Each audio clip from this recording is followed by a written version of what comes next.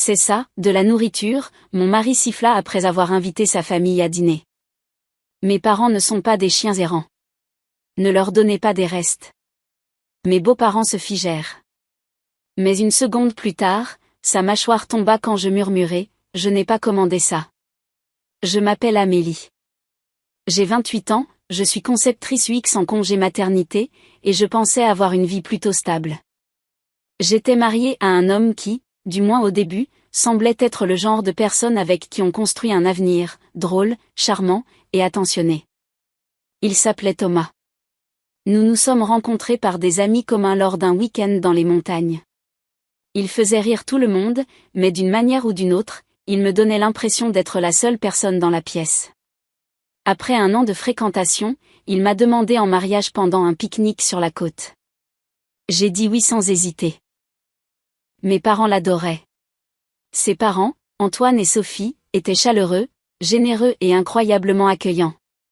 Sophie m'appelait sa seconde fille, et Antoine apportait toujours du vin et des blagues. Quand nous nous sommes mariés, les deux familles ont contribué à l'apport pour notre petite maison de banlieue pour commencer. Je pensais avoir touché le gros lot. Les choses allaient bien. Très bien.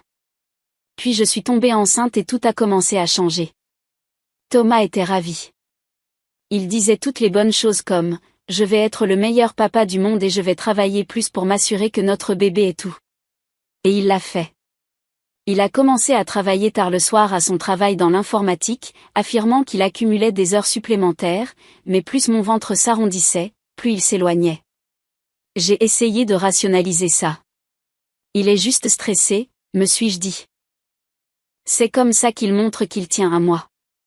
Mais tenir à soi ne ressemble pas à oublier de demander comment sa femme se sent après avoir passé la journée à vomir et à essayer de récurer la baignoire sans s'évanouir.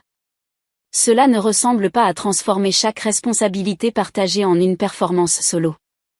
Quand je travaillais, nous nous partagions les tâches ménagères. Quand je suis tombée enceinte, Thomas a insisté pour prendre le relais. Au début, il cuisinait, faisait la lessive, me massait même les pieds quand j'étais trop fatiguée pour rester debout. Mais plus il travaillait tard, moins il faisait. Finalement, tout est retombé sur moi. C'était comme si ma grossesse m'avait rendue invisible. À 6 mois, j'ai pris mon congé payé et mon congé maternité. J'étais reconnaissante de cette pause, mais j'avais sous-estimé à quel point il serait difficile d'être seule à la maison toute la journée, malade et hormonale, tout en essayant de garder la maison impeccable. Thomas, quant à lui, semblait penser que je vivais dans le luxe. Un soir, il est rentré plus tôt que d'habitude. J'étais allongée sur le canapé, complètement vidée. Je n'avais pas encore préparé le dîner. Dès qu'il est entré, il a froncé les sourcils. « Tu es juste allongée là ?» Je me suis redressée, me frottant la tempe. J'ai eu la nausée toute l'après-midi. J'avais juste besoin d'une minute. Thomas a laissé tomber son sac et a regardé la cuisine. « Tu es à la maison toute la journée, Amélie. » Il n'y a rien de prêt. Je travaille 10 heures et je rentre à ça. J'ai cligné des yeux, stupéfaite. Je suis en train de faire pousser un être humain, Thomas. Je fais de mon mieux. Oh, ça y est, marmonna-t-il en attrapant une boisson au réfrigérateur. Tu joues toujours la carte « je suis enceinte » quand tu ne veux rien faire. Cela m'a frappé fort. Tu te moques de moi là, non? Il s'est retourné vers moi. Non, je ne me moque pas. Tu as baissé les bras. Tu ne travailles plus. Tu ne fais presque plus rien ici. J'ai senti ma gorge se serrer.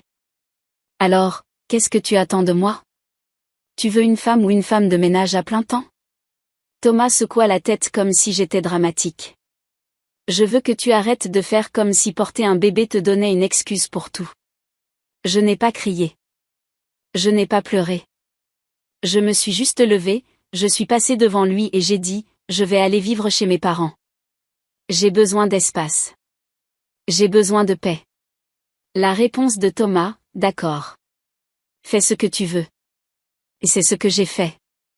J'ai fait une valise ce soir-là. Mon père est venu me chercher le lendemain matin et nous n'avons pas échangé un mot pendant le trajet.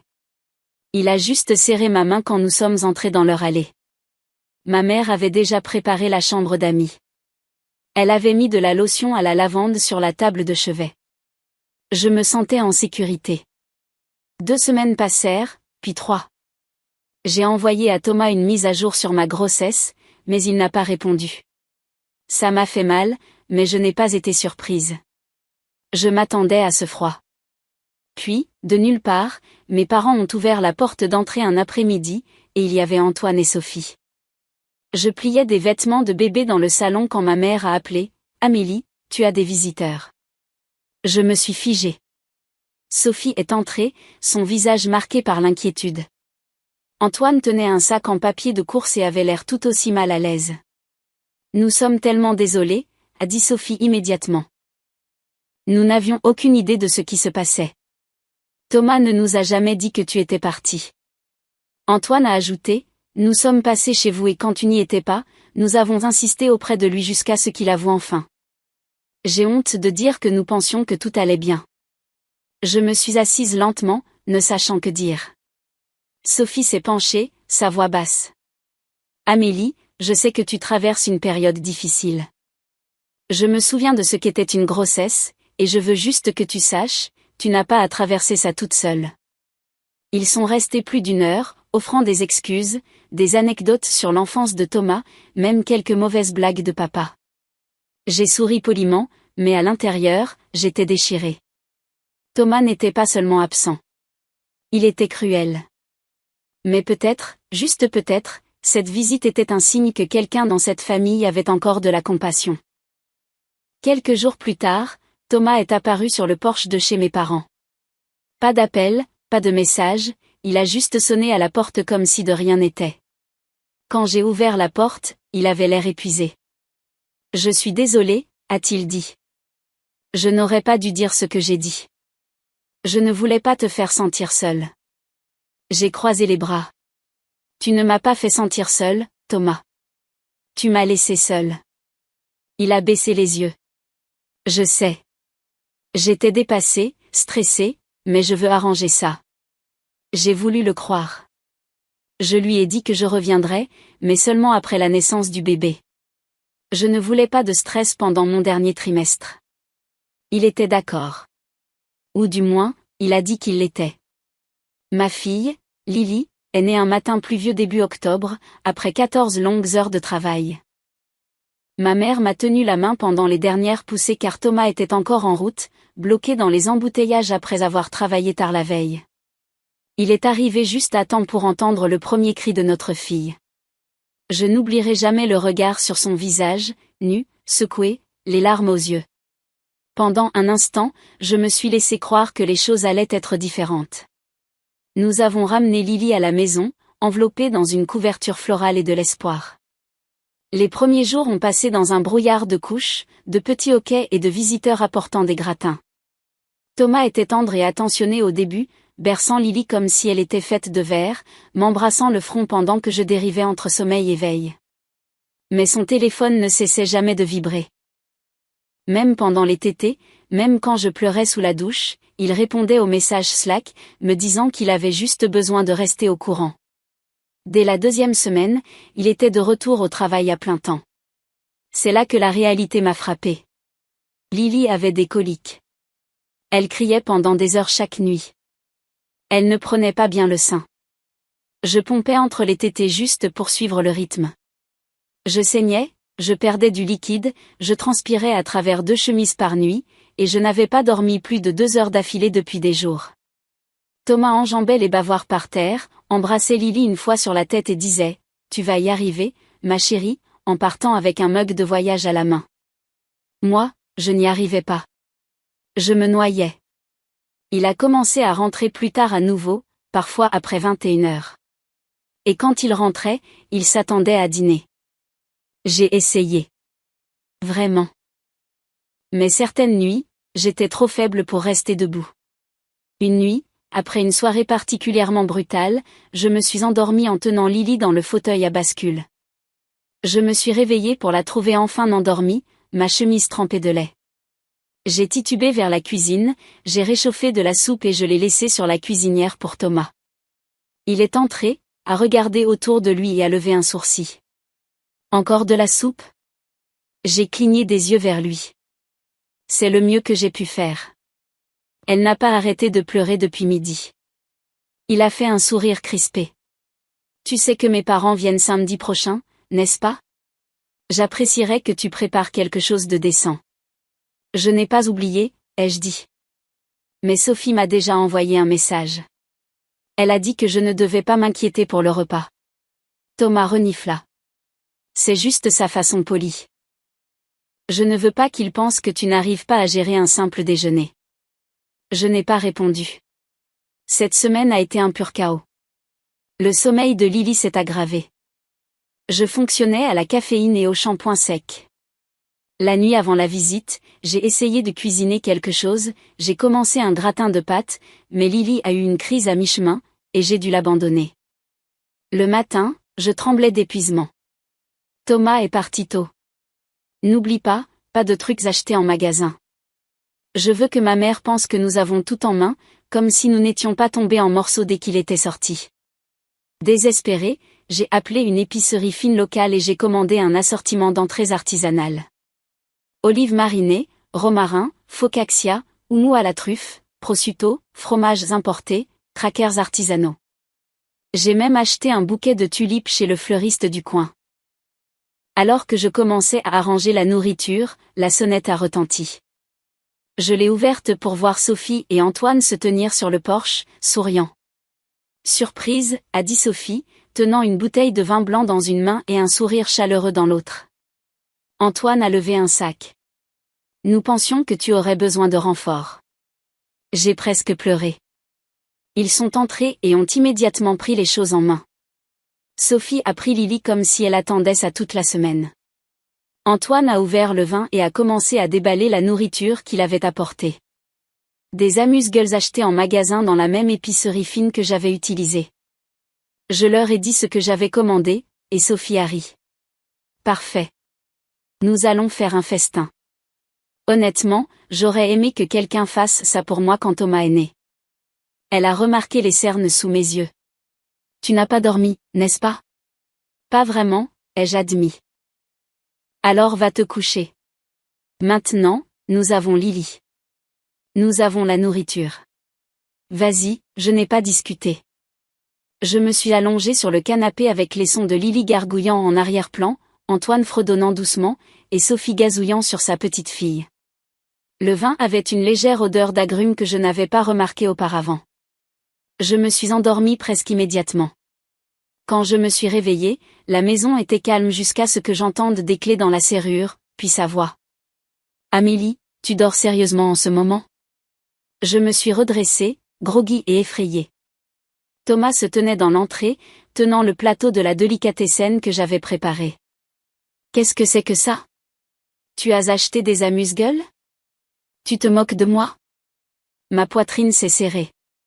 De quoi parles-tu? Il avait l'air dégoûté. Je t'ai demandé de cuisiner. Mes parents sont là et c'est ce que tu leur donnes. Il secoua la tête et se dirigea vers la cuisine. Je vais jeter cette saleté et faire quelque chose moi-même. Attends, Thomas. Ton père les a apportés. Il s'est arrêté. Quoi? Je me suis levée. Tes parents les ont apportés. Je ne les ai pas commandés. Il s'est retourné lentement, les yeux plissés. Tu mens. Avant que je puisse parler à nouveau, une voix a coupé la pièce comme une lame. Elle ne ment pas, Antoine se tenait dans l'embrasure de la porte, un verre de vin à la main. Sophie était derrière lui, tenant Lily. Tu as acheté ces amuse-gueules, a demandé Thomas, visiblement déconcerté. Antoine s'est avancé. Oui, a dit Sophie. Nous les avons choisis. C'est moi qui ai payé, a ajouté Antoine. Nous pensions qu'Amélie serait épuisée, alors nous voulions aider.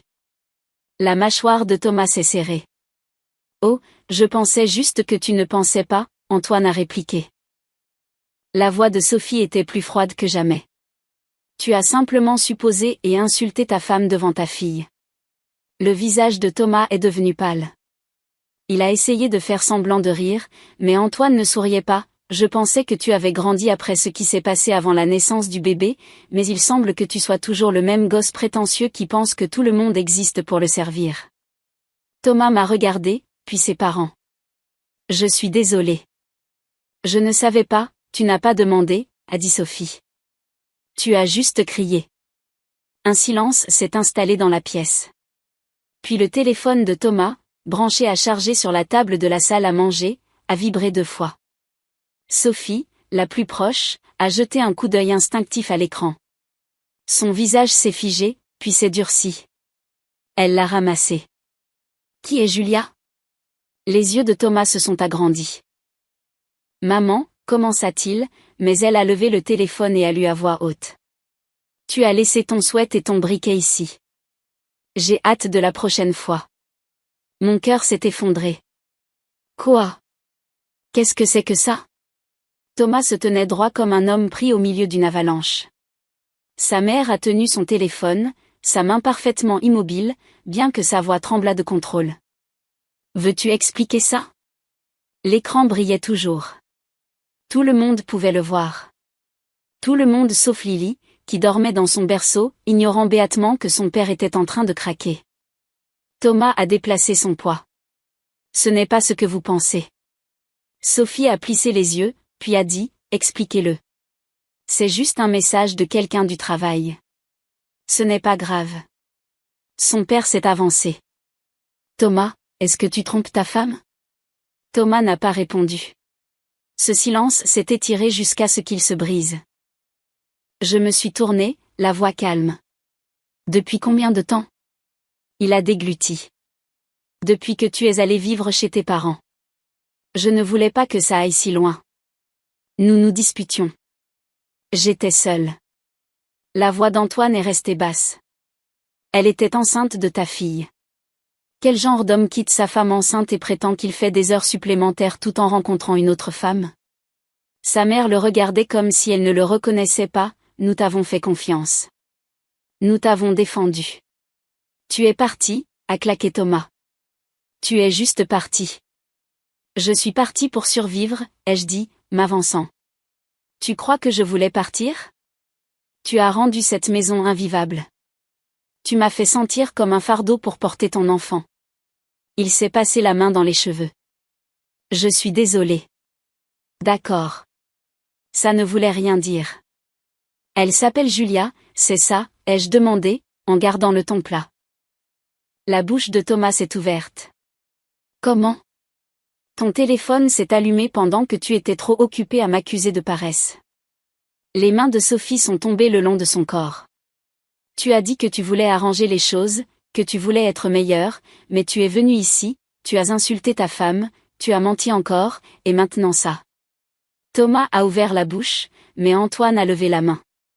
Ne dites rien. Son père s'est tourné vers moi. Tu veux qu'il sorte? Oui, ai-je dit sans hésitation. Ce soir. La mâchoire de Thomas s'est abaissée. Tu me chasses de ma propre maison. Tu as perdu ta place ici, ai-je dit. Je ne partagerai pas un toit avec quelqu'un qui me manque de respect devant mon enfant. Antoine a hoché la tête et a marché dans le couloir. Quelques instants plus tard, il est revenu avec un sac de sport et l'a posé fermement aux pieds de Thomas. Tu resteras avec nous jusqu'à ce que ce soit résolu. Thomas a regardé sa mère. Maman. La réponse de Sophie fut simple. Tu es notre fils, mais cela ne te rend pas raisonnable. J'ai pris Lily et j'ai marché vers la chambre d'enfant pendant qu'il le raccompagnait hors de la maison. Je n'ai pas regardé en arrière. 3 jours plus tard, j'ai entendu la sonnette. Quand je l'ai ouverte, Sophie et Antoine étaient là. Pas de Thomas, juste eux et un dossier en carton. Il a tout signé, a dit Antoine en entrant. Nous ne l'avons pas laissé discuter. Sophie a posé le dossier sur la table. Garde entière, conditions de divorce, pension alimentaire, simple et claire. Puis elle m'a tendu une enveloppe blanche. J'ai hésité. C'est de nous, a-t-elle dit doucement. Pour que tu n'aies pas à te débattre à cause de ce qu'il a fait. À l'intérieur se trouvait un chèque assez généreux pour me donner un répit pendant des mois. Je ne veux pas prendre d'argent de vous. Tu n'en prends pas, a dit Antoine. Tu le prends des gens qui croient en la protection de l'innocent. Sophie a ajouté. Il remboursera chaque centime. Nous avons pris le contrôle de son salaire et de ses dépenses. Fini les commandes en ligne, fini les cartes de crédit. Il reçoit une allocation hebdomadaire, juste assez pour aller travailler et manger. C'est tout. Et la confiance de Lily, ai-je demandé. Nous nous assurons qu'elle soit payée chaque mois à temps. Sinon, il répondra à nous. J'ai regardé les documents. Ils n'étaient pas seulement légaux. Ils étaient miséricordieux. Ils me donnaient la liberté. J'ai signé cet après-midi-là. Thomas n'a pas pris contact. Il ne s'est pas présenté. Je ne m'y attendais pas. Plus tard, j'ai appris que Julia l'avait ghosté dès que le divorce était devenu public. La nouvelle s'est répandue dans son bureau. Les RH l'ont réaffecté à des tâches administratives internes. Pas de bonus, pas de perspective de promotion. Il a emménagé dans un appartement en sous-sol près de la ligne de bus. Sophie m'envoyait un SMS le premier de chaque mois pour confirmer le dépôt de la pension alimentaire. Elle n'a jamais manqué un message.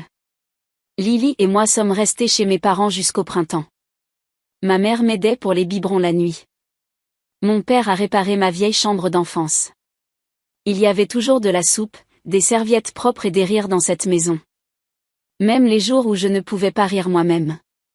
Quand je suis retournée au travail, mon patron m'a accueilli sans poser de questions et avec un horaire flexible. Mes collègues ont laissé des post-it sur mon bureau disant des choses comme « Tu peux y arriver » et « Une réunion à la fois ». J'ai trouvé un petit appartement de 2 chambres près d'un parc, avec une lumière douce et des matins calmes. La chambre de Lily est remplie de livres d'images d'occasion et d'animaux en peluche surdimensionnés qu'elle insiste pour aligner comme des sentinelles autour de son berceau. Un après-midi, pendant qu'elle faisait la sieste, je me suis tenue dans la cuisine et j'ai réalisé que le silence faisait du bien. Il n'était plus vide. Il était à moi. Parfois, des amis me demandent si je regrette d'avoir été mariée. Je leur dis, non, je regrette la version de moi-même que j'imaginais devenir. Je regrette le conte de fées auquel je me suis accrochée trop longtemps. Mais le mariage, je ne regrette pas de m'être excusée d'être épuisée.